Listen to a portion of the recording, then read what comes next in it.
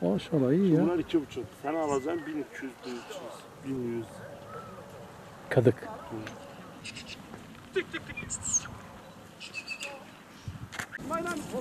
Abi arka gelsene. O zaman ya bırak beni buraya gelsin. Fotoğraf yeri kalmadı. Hayır hayır geldi mi arpa yüzüne durmuyor arpa. Şu benim her şey. Hadi dur.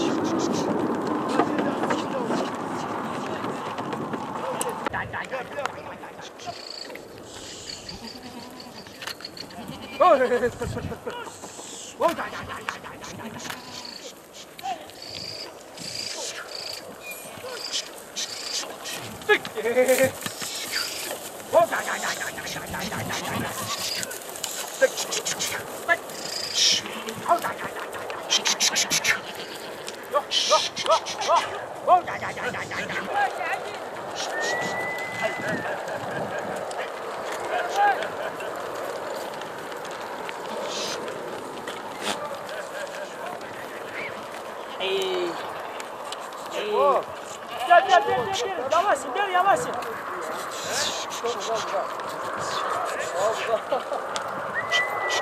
Bro. Abi ne? Ne elbette la cemi okuma yok. Kayo fotoğraf gibi. Sana tek kibir. Amanın tek ne uğra? He.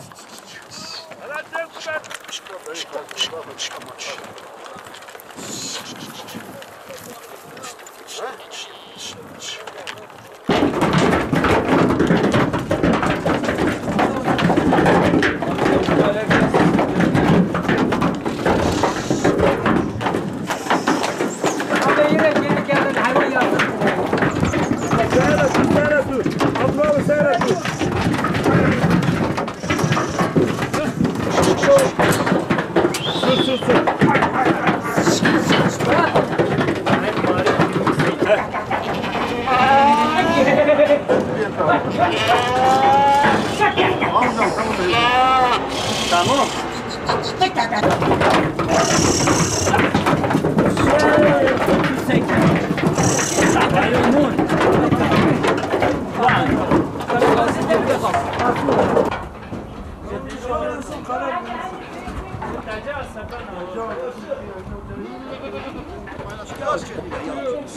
Eşref Çelik. Sonbahardan kıtık olarak aldık. Kışın besledik. Bingöl yaylasında ormanın içinde yayladık. Kurban için şu anda Antalya olsun, İsparta olsun, Mersin olsun, Maraş olsun her tarafa mal gönderiyoruz. Benden istek şu anda 2500 tane istek olarak. Bugün buradan yüklüyorum, yarın Hani'de yüklüyorum, Diyarbakır Hani'de yüklüyorum. Solan'da yüklüyorum, Bingöl'de yüklüyoruz. Zaten Bingöl'de şu anda 1000 tane yakın çıkış vermişiz. Teki mi? Teki şu anda 1400-1500'e civarına geliyor ama Bingöl, özellikle Bingöl'ün çepçileri hem yurt dışında olsun, yurt dışı olsun. Bingöl'ün çünkü hep orman, meşede otluyor ya. Onun için et de lezzetli olur. Maraş'ın malından hayır ondan daha lezzetli maldır yani ben sana onu söylüyorum yani. Çünkü hem doğal soğuktur. Ondan sonra çiçekleri güzeldir. Zaten Bingöl'ün çiçekleri meşhurdur. Ona rağmen onun eti de bayağı güzel olur yani. Malımızı yükledik. Şu anda Antalya'ya götürüyoruz. Satarız inşallah. Geri döneceğiz, geliriz. Şu anda malımızı yükledik, çepicimizi yükledik. Şu anda Antalya'ya doğru yola çıkıyoruz. İnşallah sabah malımızı orada indiririz. Ondan sonra malımızı satışa başlayacağız. İnşallah satarız, geri döneceğiz. Güzel bir karla geri geliriz. Hadi biz gidelim, geç kaldık oraya.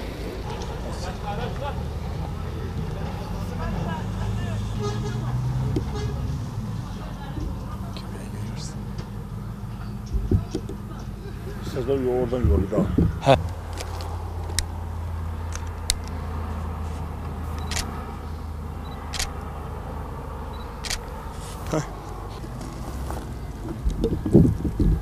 Allah kafa bana vermez.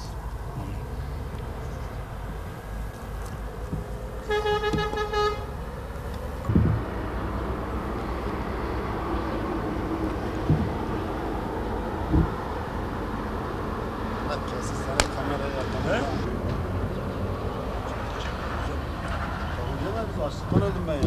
2019 yılı Kurban Bayramı inşallah üreticilerimize hayırlı, bereketli kazançlar getirir diyoruz.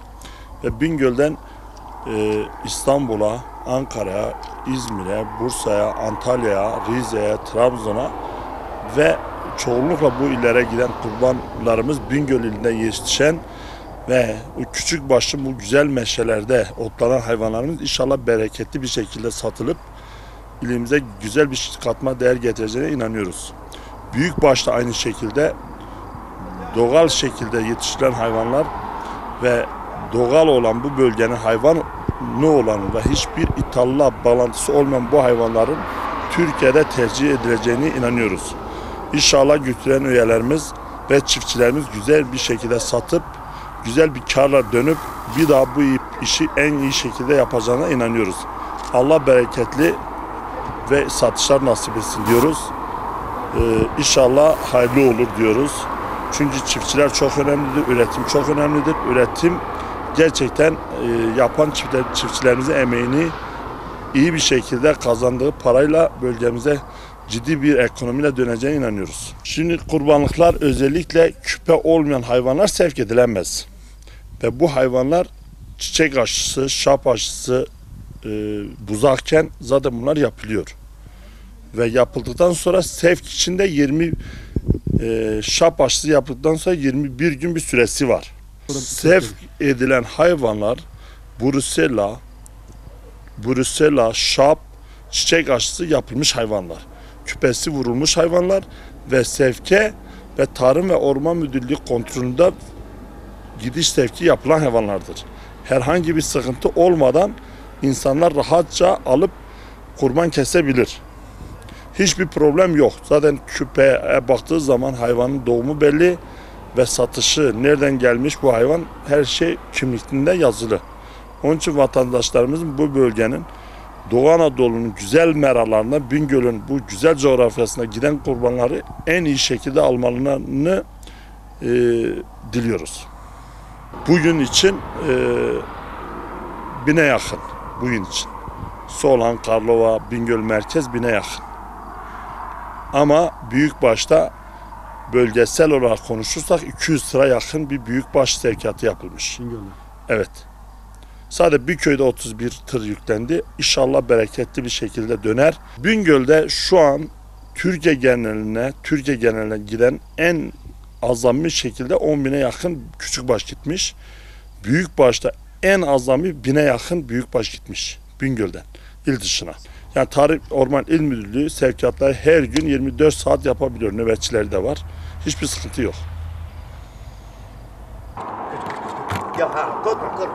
Şimdi çepişler gitti, köpek yalnız kaldı. Yalnız kaldı bak. Ne bak görmüyor musun üzülüyor ya. Ya hayvanlar gitti köpek zaten yalnız kaldı. Üzülüyor mu? Üzülüyor tabii. Bir dahaki seneye kadar sürü görmeyecek. Görmeyecek.